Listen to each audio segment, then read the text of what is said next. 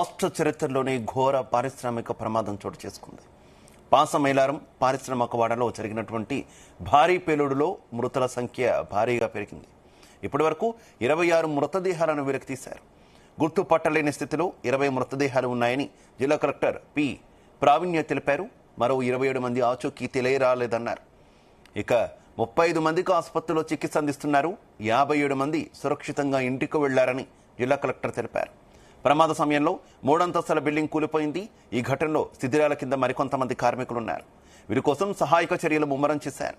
సహాయక చర్యల్లో SDRF, revenue, Hydraa సిబ్బంది యుద్ధ ప్రాతిపదికన సహాయక చర్యలు కొనసాగుతున్నాయి. ఇక సహాయక చర్యలను సంగారెడ్డి కలెక్టర్ ప్రావీణ్య, ఎస్పీ పరితోష్ పంకజ్ పర్యవేక్షిస్తున్నారు.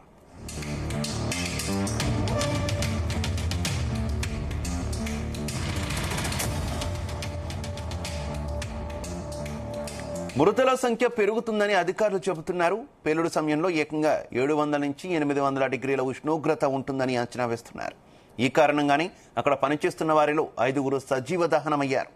ప్రమాద తీవ్రతకు పరిశ్రమ భవనంలో 14 అంగుళాల మందంతో ఉన్నటువంటి ప్లింత్ బీములు సైతం విరిగి కుప్పకూలిపోవడంతో నష్ట తీవ్రత పెరిగింది. పరిశ్రమ vice president Ilangovan quality control విభాగం నుంచి కిందికి దూకుతున్న సమయంలోనే పేలుడు జరగడంతో ఆయన మృతదేహం 50 మీటర్ల దూరం వరకు ఎగిరిపడింది. ఈ ఘటనపై ప్రధాని మోదీ, సీఎం రేవంత్ రెడ్డి తీవ్ర దిగ్భ్రాంతి వ్యక్తం చేశారు. కేంద్రం మృతుల కుటుంబాలకు 2 లక్షల రూపాయల ఎక్స్గ్రేషియా ప్రకటించింది.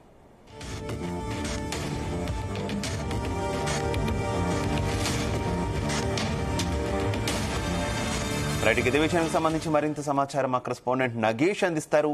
నగేష్. శివ, సంగారెడ్డి జిల్లా పాశమైలారంలో తెగాచి పరిశ్రమ పెను విషాదాన్ని మిగిల్చిందని చెప్పుకోవచ్చు.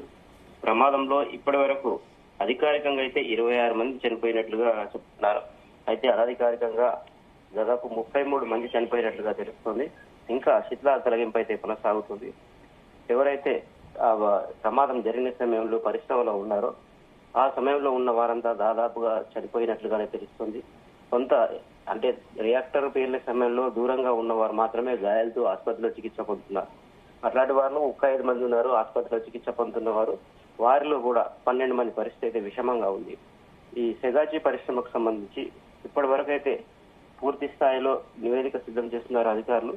ముఖ్యమంత్రి రేవంత్ రెడ్డి కాసేపట్లో అంటే 9 గంటలకు ఆయన సెగాచి పరిశ్రమ దగ్గరకు వస్తారు. అంతకంటే ముందే ఈ ఆసుపత్రిలో ఎవరైతే చికిత్స పొందుతున్నారో పటాచేరులో వారిని పరామర్శించి అసలు ప్రమాదానికి గల కారణాలు, ప్రమాదం జరిగిన సమయంలో ఎట్లాంటి పరిస్థితులు ఉన్నాయని ఆరా తీసే అవకాశం ఉంది.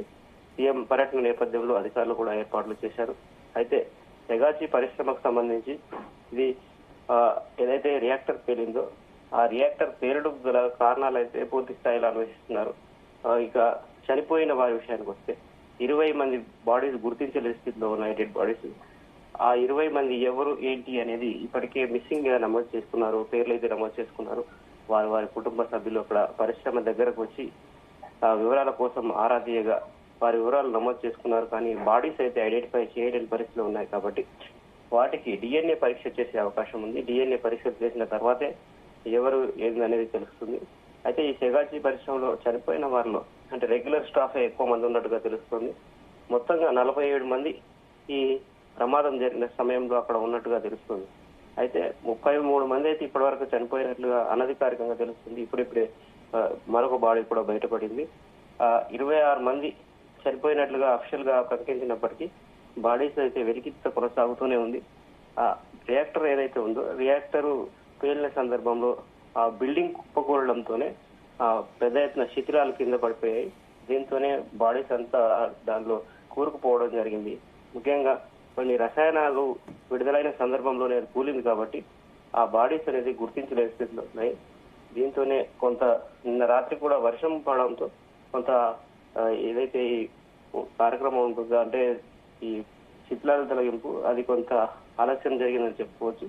అయితే నరేష్, మొత్తం సమయంలో ఈ ప్రమాదం జరిగిన సమయంలో ఎంతమంది ఉన్నారు, ఎవరెవరు ఉన్నారు, ఎవరెవరు బయటపడ్డారు, ఇంకా ఎవరు బయటపడలేదన్న సమాచారం ఏమైనా కొంత అధికారులు గుర్తించిన పరిస్థితి ఉందా? ఇంకా ఎవరు ఆచూకీ తెలియాలన్నది ఏమైనా వివరాలు ఏమైనా తెలిసిన పరిస్థితి ఉందా?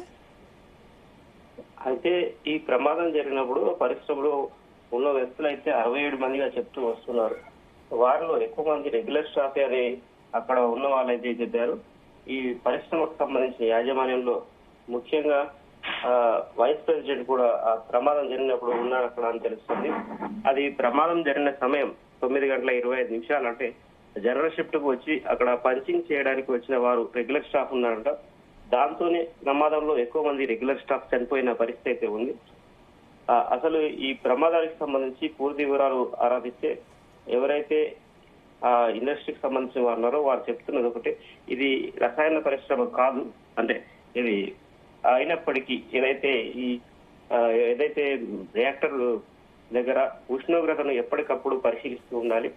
ఆ రియాక్టర్ లో జరుగుతున్న ఏదైతే రసాయనాలు ఉంటాయి, రసాయనాలు అంటే వీళ్ళు తయారు చేసే ప్రొడక్ట్ ఉంటుందో ఆ ప్రొడక్ట్ కు సంబంధించి ఎప్పటికప్పుడు ఉష్ణోగ్రత పెరుగుతూ ఉంటుంది. దాన్ని కంట్రోల్ చేస్తూ ఉండాలి అక్కడ బాయిలర్ దగ్గర ఉన్న వాళ్ళు. ఆ కంట్రోల్ చేయడంలో విఫలం కావడం వల్లే ఈ పేలుడు జరిగిందని చెప్తున్నారు.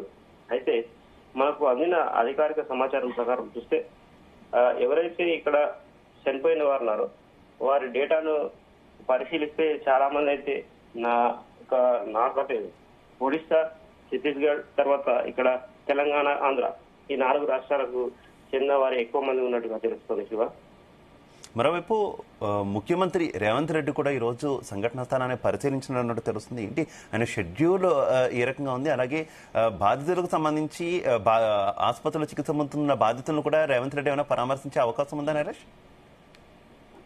ముఖ్యమంత్రి రేవంత్ రెడ్డి ఈ రోజు ఉదయం 9 గంటలకు హైదరాబాద్ నుంచి బయలుదేరి ఇక్కడికి 9:30 అంటే పటాన్చేరులోని ధృవ హాస్పిటల్ కు చేరుకుంటారు. 9:30 గంటలకు ధృవ హాస్పిటల్లో ఎవరైతే చికిత్స పొందుతున్నారో 13 మంది చికిత్స పొందుతున్నారు అక్కడ, వారిని ఆయన పరామర్శిస్తారు. అసలు ప్రమాదం ఎలా జరిగింది, ప్రమాదం జరిగిన సమయంలో వారు ఎక్కడున్నారు, ఎలా గుర్తించారు అనేది వాళ్ళు ఆరాధించే అవకాశం ఉంది ముఖ్యమంత్రి. ఆ తర్వాత పదింబావుకు ఇండస్ట్రీ సైట్, అంటే ఎక్కడైతే పాషమైలారం ఇండస్ట్రీ సైట్ ఉందో ఆ సైట్ ను అక్కడ వెళ్తారు. సైట్ లో ఏ పరిస్థితులు ఏ విధంగా ఉన్నాయనేది స్వయంగా ముఖ్యమంత్రి తెలుసుకునే అవకాశం ఉంది. అక్కడ ఉన్న అధికారులు కావచ్చు, వైద్యారోగ్య శాఖ మంత్రి, తర్వాత ఇతర జిల్లా మంత్రులు, ఇన్ఛార్జి మంత్రి వివేక్ తో కలిసి అక్కడ పరిస్థితిని అయితే తెలుసుకుంటారు. ముఖ్యంగా నిన్నటి ప్రమాదానికి సంబంధించి అగ్నిమాపక శాఖ పూర్తి స్థాయిలో అధ్యయనం చేసింది. అసలు ఎందుకు ఈ ప్రమాదం జరిగింది, ఎట్లా జరిగింది, ప్రమాద తీవ్రత ఎంత ఉందనేది వాళ్ళు అయితే ఒక అంచనాకు వచ్చారు. ఆ విషయాలన్నింటినీ ముఖ్యమంత్రికి వివరించే అవకాశం ఉంది.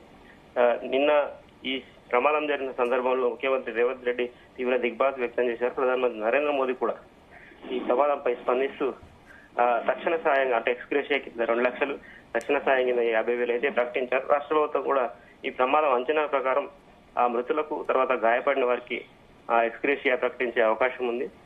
ముఖ్యమంత్రి పర్యటన నేపథ్యంలో పటాన్చేరు పారిశ్రామిక వాడలో కొంత భారీగా ఏర్పాట్లు అయితే చేశారు సీఎం వస్తున్న నేపథ్యంలో. మరోవైపు నరేష్, మృతుల సంఖ్యకు సంబంధించి కూడా ఒక అస్పష్టత కొనసాగుతుంది కదా. అధికారికంగా ఇప్పటి వరకు 25 మంది అని చెప్పినప్పటికీ కూడా దాదాపుగా 30కు పైనే మృతుల సంఖ్య ఉంది అనేటటువంటి వార్తలు కొంత ఆందోళన కలిగిస్తున్నటువంటి పరిస్థితి. ఏంటి అధికారులు ఎందుకు స్పష్టతని ఇవ్వట్లేదు అనుకోవాలి? అయితే ప్రమాదానికి సంబంధించి అధికారులు 26 మంది చనిపోయినట్లుగా చెబుతూ ఉన్నారు. అయితే 26 మందిలో కూడా ఐడెంటిఫై చేయని బాడీలు 20 ఉన్నాయి. ఇంకా మిగతా వారి పరిస్థితి కూడా తెలియని పరిస్థితి. ఎవరైతే అక్కడ బంధువుల దగ్గర సేకరించిన వివరాల ప్రకారమే వాళ్ళు చెబుతూ వస్తున్నారు. అయితే తవ్వకాల సందర్భంగా, ఏవైతే శిథిలాల తొలగింపు సందర్భంగా బాడీస్ అయితే ఒక్కొక్కటిగా బయటపడుతూనే ఉన్నాయి. ఈ లెక్కన ఇప్పటి వరకు 33 మంది చనిపోయినట్లుగా తెలుస్తుంది. అంటే 26 మంది అని వాళ్ళు చెప్తున్నప్పటికీ ఇంకా 7 బాడీస్ అదనంగా లభించాయి. 6 ఎవరు ఏందనేది ఇంతవరకు తెలియలేదు. అయితే ఆ డెడ్ బాడీస్ కు DNA పరీక్ష చేస్తే తప్ప ఆ కుటుంబీకులకు అప్పగించని పరిస్థితి ఉంటుంది.